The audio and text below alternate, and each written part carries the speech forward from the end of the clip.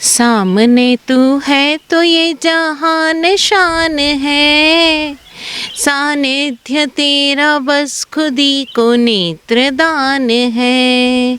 जग में अगर मंगल है कुछ तेरा ही ज्ञान है।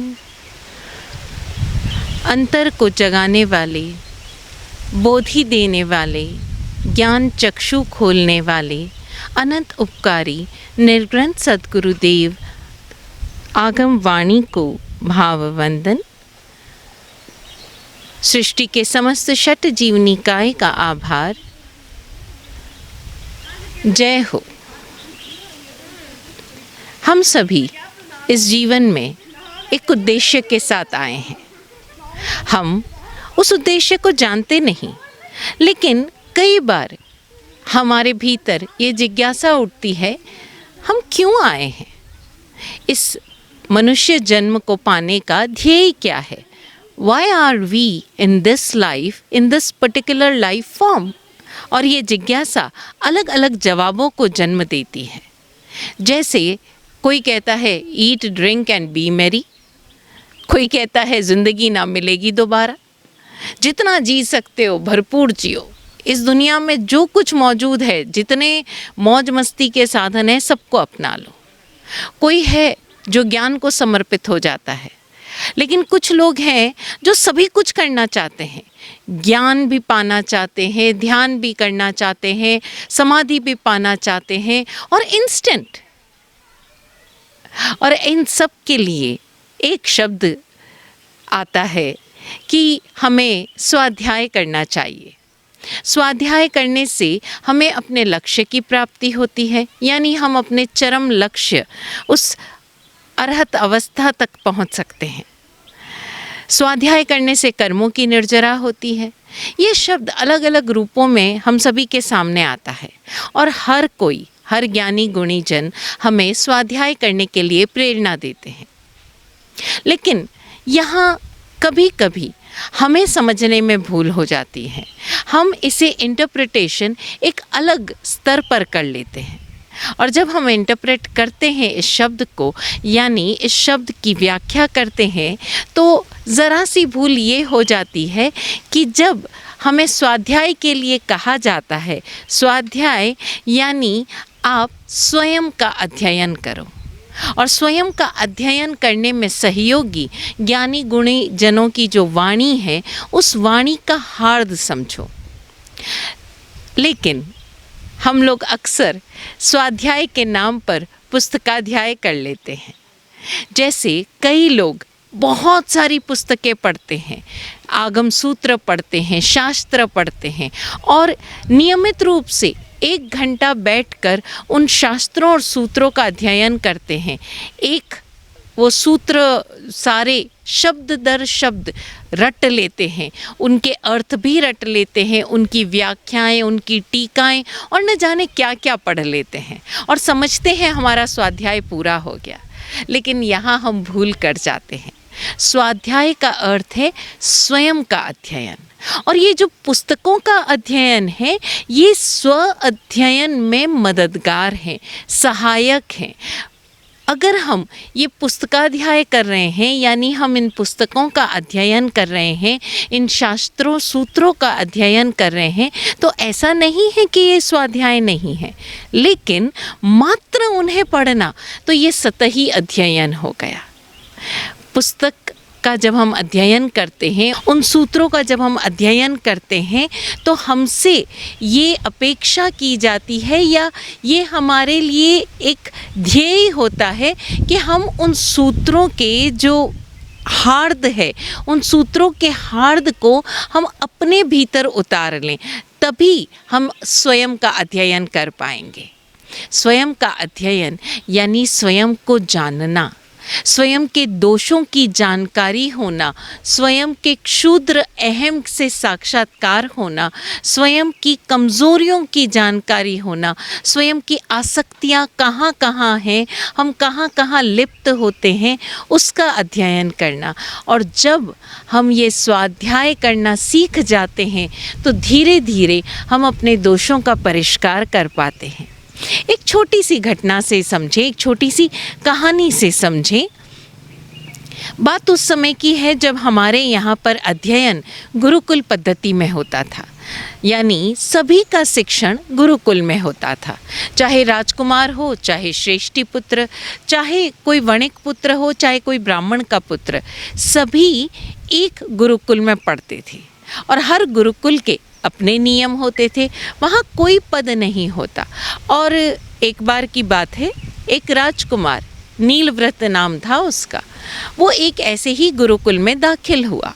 अब गुरुकुल में कोई पद नहीं, वो राजकुमार है, लेकिन उसे स्वयं अपना भोजन लेना होगा, उसे कोई परोसने वाला नहीं, कोई सेवक आकर अब उसकी थाली नहीं उठाएगा, उसे स्वयं अपना भोजन पूरा करने के बाद उस थाली को धोना है, धोकर उसे सही जगह पर रखना है, उसे स्वयं अपनी शैया लगानी है।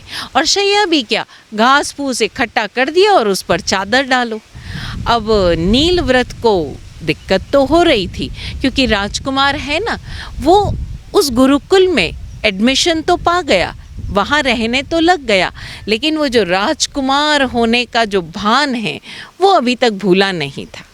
लेकिन एक बात थी, उसे शिक्षा प्राप्त करने की बड़ी जिज्ञासा थी। और जिज्ञासा अगर किसी भी व्यक्ति में हो और वो भी शिक्षा प्राप्त करने की, वो चाहे कोई भी क्षेत्र हो, चाहे सूत्र आगम का हो, चाहे खेल कूद का, चाहे विज्ञान का हो या किसी कला का, अगर किसी के भीतर जिज्ञासा है तो वो अपने गंतव्य तक पहुँचेगा ही पहुँचेगा। और यही एक बात थी जिसने नीलव्रत को उस गुरुकुल में टिका रखा था। और जब नीलव्रत उस गुरुकुल में टिका था तो वो धीरे धीरे वहाँ के सारे नियम, कायदे, कानून का भी पालन कर रहा था। उन्हीं नियमों में एक नियम था कि गुरुकुल के विद्यार्थी को भिक्षाटन के लिए जाना होता था। उस समय के अनुसार, उस समय का रिवाज था कि भिक्षा केवल सन्यासियों को या ब्रह्मचर्यों को ही दी जाती थी। जब नीलव्रत की बारी आई और उसे भिक्षाटन जाने के लिए कहा गया तो फिर उसका अहम जाग उठा। खैर, किसी तरह विद्याध्ययन के लक्ष्य पर अपनी दृष्टि टिकाते हुए नीलव्रत भिक्षाटन के लिए गया।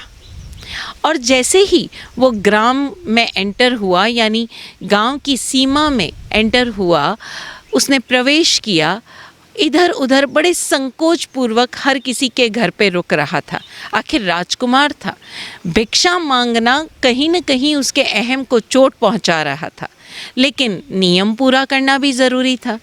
इसी तरह भिक्षा के लेते लेते वो पहुंचा ग्राम प्रमुख के घर। उस समय ये नियम था, या हम कह लें ये रिवाज था, कि सन्यासियों को भोजन दिया जाता था और जो ब्रह्मचारी होते थे उन्हें धान दिया जाता था भिक्षा में। जैसे ही वो उस ग्राम प्रमुख यानी गांव के लीडर के घर के बाहर पहुंचा भिक्षा के लिए, तो उसकी पुत्री ने नीलव्रत को देखते ही भांप लिया कि इसमें कहीं न कहीं एक संकोच है, एक हिच है, या कह लो एक राजकुमार होने का अहम है। वो मुस्कुराते हुए भीतर से बाहर आई और उसने जो उसके पास पात्र था उसमें से एक मुट्ठी धान लिया। नीलव्रत ने अपनी झोली फैलाई, उसने अपना हाथ उस झोली के ऊपर लेकर और फिर थोड़ा सा साइड में कर कर अपनी मुट्ठी खोल दी। सारा की सारा जो अनाज था, जो धान था, वो ज़मीन पर बिखर गया। नीलव्रत के अहम को शानदार चोट पहुंची। सोच सकते हैं आप, राजकुमार ने भिक्षा के लिए पात्र फैलाया और खाली हाथ जो अनाज था वो सब गिर गया। नीलव्रत ने किसी तरह अपने इस आवेग को अंदर ही अंदर दबाया और अपनी वाणी को बहुत विनम्र बनाते हुए उस कन्या से कहा, माते, जब आपको ये धान ज़मीन पर गिराना ही था तो फिर आप इसे भीतर से लेकर ही क्यों आई? उस कन्या ने मुस्कुराते हुए कहा, हे तात, हम सब भी तो अपने जीवन के उद्देश्य को भूलकर व्यर्थ में अपना जीवन गंवा देते हैं। हम भूल जाते हैं कि हमने ये जीवन किस लिए अपनाया है, इस जीवन का क्या उद्देश्य है जिसके लिए हम इस मार्ग पर आए हैं, और अपना जीवन व्यर्थ छोटे छोटे अहम क्षुद्र अहम में गंवा रहे हैं। क्या ये इस अनाज के बिखरने के समान नहीं है? नीलव्रत को मानो एक क्षण में ही अपने भीतर के उस अहम का साक्षात्कार हो गया। इसके बाद कहानी में क्या हुआ, कथा कैसे आगे बढ़ी, उससे हमें कोई प्रयोजन नहीं। लेकिन यहाँ समझने योग्य बात है कि जिस तरह नीलव्रत उस एक घटना से, उस एक प्रसंग से अपने भीतर के क्षुद्र अहम को जान पाया और अपने जीवन के उद्देश्य पर दृष्टि रख कर आगे बढ़ता गया, अपने शिक्षा को पूर्ण किया, और ना सिर्फ शिक्षा को पूर्ण किया, उस शिक्षा से जो ज्ञान हासिल हुआ, जो दृष्टि उसे प्राप्त हुई, उसने उसके जीवन को बदल दिया। ज़रा हम भी देखें कि प्रति क्षण हम अपना जीवन कैसे जी पाते हैं। हमारी दृष्टि स्वयं पर टिकी है या हमारे आसपास पर? जब भी कुछ हमारे जीवन में ऐसा होता है जो प्रतिकूल होता है, तब हम आसपास पर ब्लेम करते हैं, आसपास पर दोषारोपण करते हैं। वो आसपास चाहे कोई व्यक्ति हो, चाहे कोई घटना हो, चाहे कुछ भी हो, अगर हमसे कुछ गलत भी हो जाता है तो हम अपने पूर्वकृत कर्मों को दोष दे देते हैं या निमित्तों को दोष दे देते हैं। लेकिन हम ऐसा कोई कार्य नहीं करते जिससे कि हम स्व का अध्ययन कर अपने दोषों को दूर कर सकें।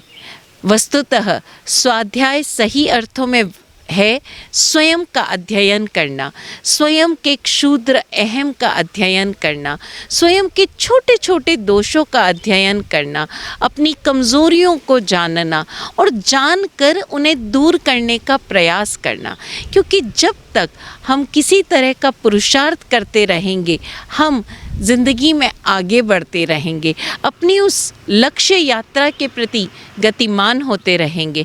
अन्यथा तो ये आसक्तियाँ और ये सो कॉल्ड थ्योरी जो हम पढ़ते रहते हैं, वो सिर्फ हमें भटकाती रहेगी। अक्सर हम इतना कुछ पढ़ लेते हैं, इतनी अलग अलग दर्शनों की जानकारियाँ हमारे भीतर इकट्ठा हो जाती है कि हम जीवन की हर एक घटना पर तर्क करने लगते हैं। हम अपने जीवन में आने वाले निमित्तों को, अपने भीतर उठने वाले आवेगों का कोई न कोई तार्किक उत्तर निकाल लेते हैं। अच्छा, मुझे ये सफलता इसलिए नहीं मिल रही है क्योंकि शायद मेरे कर्म ऐसे हैं, या मेरे जो ग्रहों की पोजीशन है अभी वो इस समय सृष्टि में सही नहीं चल रही है। वो क्या है कि मैं ऐसे कुल में पैदा हुआ हूँ जहाँ पर ये करना अलाउड नहीं है, या मेरे पिताजी ने मुझे ऐसा ऐसा अवसर नहीं दिया। हमारे एक्सक्यूज़ेस की, हमारे सो कॉल्ड बहानों की लिस्ट इतनी लंबी है जो हमें स्वाध्याय से रोकती है।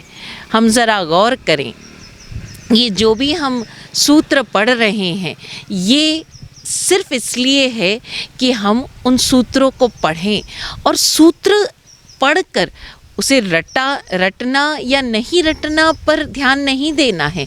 उस सूत्र को पढ़कर उसका हार्द हम जानें और उसको अपने भीतर इतनी गहराई से उतरने दें, उसके हर आयाम को जानें, तो एक सूत्र भी हमारे लिए जीवन उपयोगी, जीवन बदलने वाला सूत्र साबित हो सकता है। अन्यथा तो बरसों हो गए हमें सूत्र रटते हुए, उनके अर्थ रटते हुए, उनकी सो कॉल्ड टीकाएं पढ़ते हुए, व्याख्याएं पढ़ते हुए, उस पर तथाकथित शोध पत्र पढ़ते हुए, शोध पत्र लिखते हुए। हम चाहे जो कुछ कर लें, लेकिन यदि हम स्वयं को नहीं जान पा रहे हैं तो ये सारे सूत्र का पढ़ना, रटना और जानकारी होना व्यर्थ है। आप चाहे अपने आगे डॉक्टर की डिग्री लगा लें या अपने पीछे शोध पत्रों की पूरी माला पिरो लें, लेकिन जब तक अपने अंतर का शोध करने में हम सक्षम नहीं हो पाते, तब तक ये सारे जो सूत्र है मात्र कुछ अक्षरों की गूंथी हुई एक माला बन के रह जाती है। ये सूत्र हमें टकोर देते हैं। ये सूत्र उन अनुभव ज्ञानियों की वाणी है जिन्होंने अपने अनुभव से निःसृत एक छोटा सा सूत्र हमें दिया, जिसे हम अपने जीवन में सिर्फ अप्लाई नहीं करें, हम अपने जीवन में उसे जीने का प्रयास करें। और बहुत सीधा सा तरीका है। आप कोई भी एक सूत्र उठा लें, उस सूत्र का अर्थ जानें। आप जो ज्ञानी गुणी जन हैं आपके आसपास, उनके पास जाकर उसका अलग अलग आयाम को जानें और उस एक सूत्र पर एक हफ्ते तक सिर्फ चिंतन मनन नहीं करें, उसे अपने जीवन में लागू करने का प्रयास करें और देखें कि जीवन के किस किस घटना पर, किस किस क्षेत्र में आपके मानसिक अवस्थाओं की, आपके मानसिक चिंतन की किन किन आयामों में वो सूत्र फिट बैठता है। और जब वो सूत्र को आप अपने चिंतन मनन में इस तरह लाएंगे, तब आप उसके केंद्र को जान पाएंगे। और उस सूत्र के केंद्र को जान लिया यानी आपने अपने भीतर के उस एक शल्य को जान लिया, उस एक शल्य को बाहर निकालने का, जड़ से निकालने का आपने प्रयास कर लिया। और जब प्रयास किया है तो गंतव्य तक पहुँचेंगे ही। कहा भी तो है ना प्रभु ने, चलमाने चलिए। यानी आपने चलना शुरू किया तो आप मंजिल तक पहुँचे ही पहुँचे। तो आज ही चलना शुरू कीजिए, ये एक सूत्र ही ले लीजिए और स्वयं का अध्ययन करना शुरू कीजिए। उसमें याद रखिए, स्वाध्याय का अर्थ मात्र इतना नहीं है कि हम सिर्फ स्वयं को पढ़ें। हमें पुस्तकें पढ़ने की क्या ज़रूरत है? हमें इन ज्ञानी गुणीजनों के अनुभव से निःसृत आगम वाणी की क्या ज़रूरत है? हम ज़रा समझें, ये आगम, ये सूत्र या ज्ञानियों का ये दर्शन हमें स्वाध्याय में सहयोगी होगा, लेकिन मात्र वो वाणी और जानकारी एक सतही जानकारी होगी, एक सरफेस की जानकारी होगी। और वो बिल्कुल इसी तरह से होगी जैसे हम अपनी एक ओढ़ी हुई इमेज लेकर चलते हैं और एक हम जो स्वयं हैं। अपने उन सारी इमेजेस को अलग करके देखिए, फिर जो आप भीतर होंगे वही आप बाहर होंगे। तब आपको कोई एक्स्ट्रा मेहनत नहीं करनी होगी कि हमें फ़लाँ के सामने ऐसे कॉन्फिडेंट बन के जाना है या फ़लाँ के सामने बड़ा विनम्र होकर जाना है। ये सारे सद्गुण आपके भीतर खिलेंगे। तब आपको याद करके विनम्र होने की ज़रूरत नहीं पड़ेगी, तब आपको याद करके कॉन्फिडेंट होने की ज़रूरत नहीं पड़ेगी, तब आपको याद करके सहनशील होने की ज़रूरत नहीं पड़ेगी। और ना ही फिर कभी ये प्रश्न उठेगा, हाय मैं कितना सहन करूं, मैं देखो इतना विनम्र हूं, आपको बोलने की ज़रूरत नहीं पड़ेगी। वो सद्गुण आपके जीवन का, आपके व्यवहार का, आपकी वाणी का हिस्सा बन जाएंगे। तो आज से स्वाध्याय शुरू करें। 2 प्रश्न अक्सर रहते हैं कि स्वाध्याय कब करें और कैसे करें। तो कैसे करें इसकी शुरुआत तो आज हो ही जाएगी। कब करें? तो उत्तर है प्रतिक्षण करें। हर क्षण आप स्वयं को देखें। कोई आपने अपनी फेवरेट चीज़ देखी और उसको देखते ही मन मचल गया, खुश हो गया, तो ज़रा देखें कि ये मात्र ये सहज रूप से सामने आ जाने की खुशी है या कहीं न कहीं हमारी आसक्ति जुड़ी है। और अगर वो चीज़ नहीं मिली और मन में बार बार मलाल है, हाय मुझे वो तो मिला ही नहीं, यानी अभी तक वो आसक्ति है। और अभी तक नहीं, वो कई पुरानी आसक्ति है। तो उस आसक्ति को छोड़ने के लिए हमें क्या करना है? यानी प्रतिक्षण हमें स्वाध्याय करना है और बहुत सहज रूप में। तनावग्रस्त होकर स्वाध्याय नहीं किया जा सकता, क्योंकि तनाव ही सबसे बड़ी बाधा है स्वाध्याय में, अहम ही सबसे बड़ी बाधा है स्वाध्याय में। एक बार हम अपनी बाधाओं को जान जाएंगे, फिर स्वाध्याय बड़ा आसान हो जाएगा। तो आज से हम सब स्वाध्याय करना प्रारंभ करें। कैसा रहता है आपका सफ़र? हमसे ज़रूर शेयर करें। जय हो।